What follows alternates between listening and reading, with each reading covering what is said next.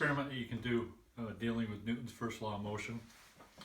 Glass bottle works best. You could use a plastic bottle, but add a little water in it, and so it has a little bit more weight.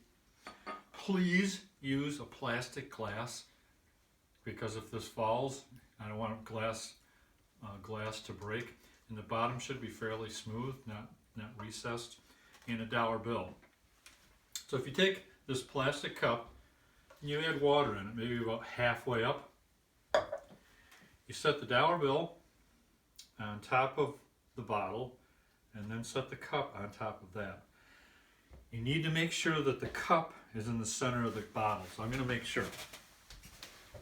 I want to make sure that the cup is centered with the bottle.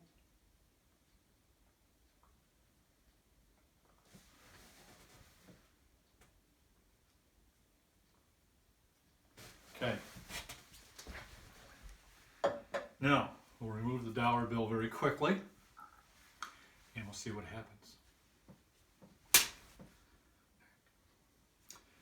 If this fell and this was glass, it might break, so please use a plastic cup. And number two, please do this near the sink, because if you do make a mess, I don't want mom or dad calling me up. So, have fun with this experiment. Have a great day.